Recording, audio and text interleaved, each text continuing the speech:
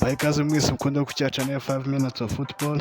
Nkuko nabibabwiye ni channel izajya yibanda ku makuru avuga i Burayi, tukaganira ku mukinnyi cyangwa se ikipe mu minota mikeya cyane kabisa. Uyu munsi tudatinze kadutangire tuvuge kuri transfer tugiye kuba tuganiraho muri ino minota mikeya. Turaza kuganira kuri Jeremy Doku, umusore ushobora kuza nk'umusimbura wa Riyad Mahrez. Tuze kuganira kuri umusimbura wa Kevin De Bruyne uri gutekerezwa muri City. Tuze kujya muri Barcelona tuvuge ku mukinnyi utegerejwemo. Tuze kujya muri Real Madrid tuvuge umukinnyi basa nk'aho bari kwifuza.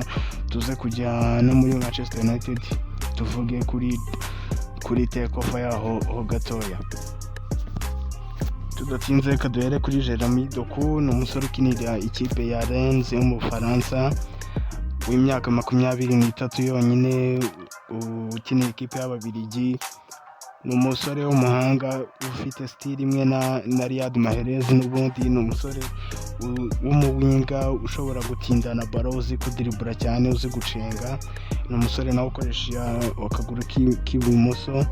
Ni umusore ikintu adafite ni ugutsinda, ariko mu buryo bwo gufata baro akayigumana. Ni umusore uri hejuru ameze nka Riyad Mahrez neza, usibye ko Riyad Mahrez we yari umusore Pep yamaze kuba atunganya akamugira umuwinga muzima ushoboye kuba yaba meilleur buteur w'ibitego bihera nko ku 10.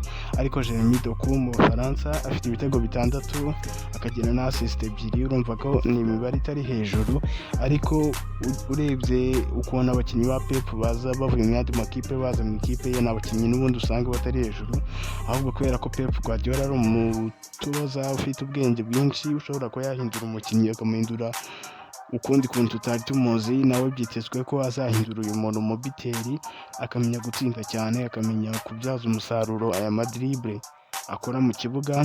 Ni umusore muto afite imyaka 23 w'Umubiligi wakuze neza, wakuriye ahantu heza, kandi ubona ko afite ahazaza kuko yamaze kuba afata umwanya mu ikipe y'Ububiligi. Rero mwaramubonye no mu gikombe cy'isi, mwaramubonye ko yakinnyemo. So City ikaba ivuga ati turatanga miliyoni 55 muri iyi kipe ya Lens. Bakiri mu biganiro bya nyuma, ariko medical test yamaze kuba zikora, ikabivuga ko Manchester City yamaze kwishyura miliyoni 55 mu ikipe ya Lens. So reka tuve kuri uyu musore Jeremy Doku mu winga, tujye ku muntu bari gutekereza sasa nk'umusimbura wa Kevin De Bruyne, ariwe Matheus Nunes. Ni umusore w'umuportugais ufite imyaka mitoya, ukina hagati mu kibuga nka nimero 10 mu ikipe ya Wolves, musanzwe mubonamo. City ikaba yifuza kuba yatanga miliyoni 50 kuri uyu mukinnyi. Bisa nkaho bari mu biganiro bya nyuma na Wolves, kuko mwabonye ko Wolves ari ikipe yishimye kuba igurisha abakinnyi. Ni ikipe nayo yamaze kuba ijya muri za kipe zo gucuruza gusa, ziba zidateganya ibintu byinshi byo kuba batunga abakinnyi b'abasitari. baba babona ko igihe cy'umukinnyi iyo kigeze cyo kuba agurishwa. Mwabonye bagurishije na ba Ruben Neves, bari bamaze imyaka myinshi muri ikipe kandi bamaze kuba abasitari. Kandi iyi transfer yo irashoboka cyane. Icyitiza imbaraga nuko nta n'undi musimbura bafite wakina kuri nimero 10 usibye Bernardo Silva, kandi nawe yaravunitse. Urabona ko muri iyi minsi bari kubona serivisi za Julian Alvarez ari we uri gukina uriya mwanya, ariko nawe ntabwo atanga ibihagije kuko si we mwanya wiwe n'ubundi. Kandi De Bruyne bivuga ko azamara amezi menshi hanze, agera ku mezi 4 kuri 6. Hagati y'aho ngaho Kevin De Bruyne azaba ataraza, kandi ku ikipe ya Manchester City buri nota ryose rirakonta kugira ngo uruhanganye igikombe na Arsenal imeze kuriya, imeze neza, itaratakaza inota. So utangiye gutakaza amanota muri kino gihe waba utangiye kwivana mu mibare y'igikombe. Akaba ari Matheus Nunes. Nawe City iri mu biganiro bya nyuma na Wolves, yatanze miliyoni 50. Igisigaye ni uko City yabona approval ivuye kwa Wolves. Dukomeje no mu yandi makuru, Bernardo Silva yamaze kuba yongererwa amasezerano azageza muri 2026. Uyu musore nubwo yavunitse, City yahisemo kubimwongera amasezerano. Si umukinnyi mukuru ku buryo wavuga ngo sakwiriye kuguma mu ikipe ya Manchester City. City yaramwimanye, Barcelona iri gutanga hafi miliyoni 60 kubera ko City yasohoye abakinnyi benshi muri ino sezo, kandi iyo utwaye igikombe nka bano bakinnyi baba ari inkingi za mwamba mu ikipe, ntabwo aba ari byiza ko wabatakaza rwose. Abakinnyi benshi barajya hagati mu kibuga, ba Gundogan n'abandi baragiye, Riyad. Urabona ko ruriya ruhande umuntu wari usigaye ruhagazeho ni Bernardo Silva, kandi aracyari muto, afite imyaka 29, aracyafite izindi sezo zo kuba yakina mu ikipe ya Manchester City, afite n'imbaraga zo kuba yakina. Bikaba bivugwa ko Bernardo Silva azaba ari kumenyereza uno musore Jeremy Doku kuri uriya mwanya.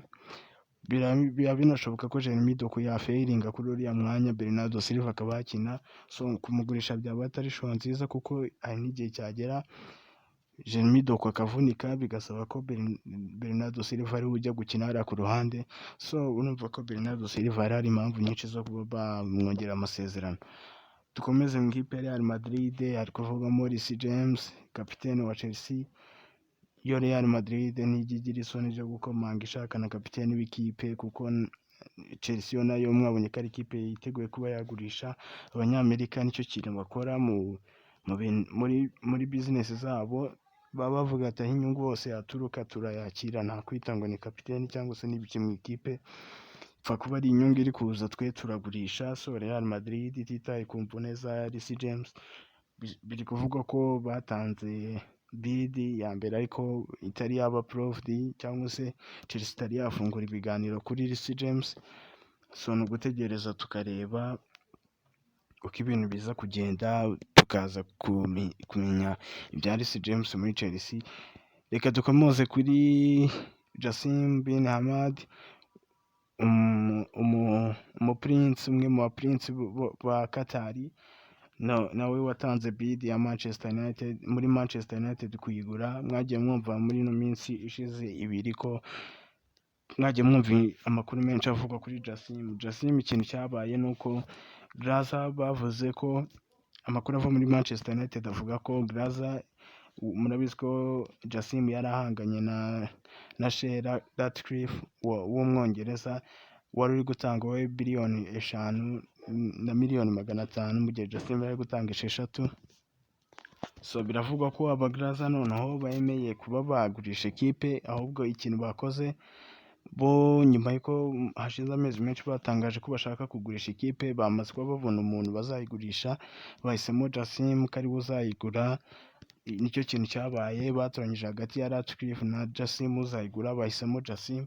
So nta bindi bintu birenze byabaye muri Manchester United, ni ibyo ngibyo gusa byo kuba barapointinze ati uyu nguyu niwe uzayigura Jassim, ahubwo bikaba bitekerezwa ko bazagenda buzuza amadokima menshi kugeza hafi mu kwezi kwa 10 aribwo ibintu bizaba byarangiye. So aya niyo makuru yari kuzenguruka muri ino minsi. Mugire umunsi mwiza.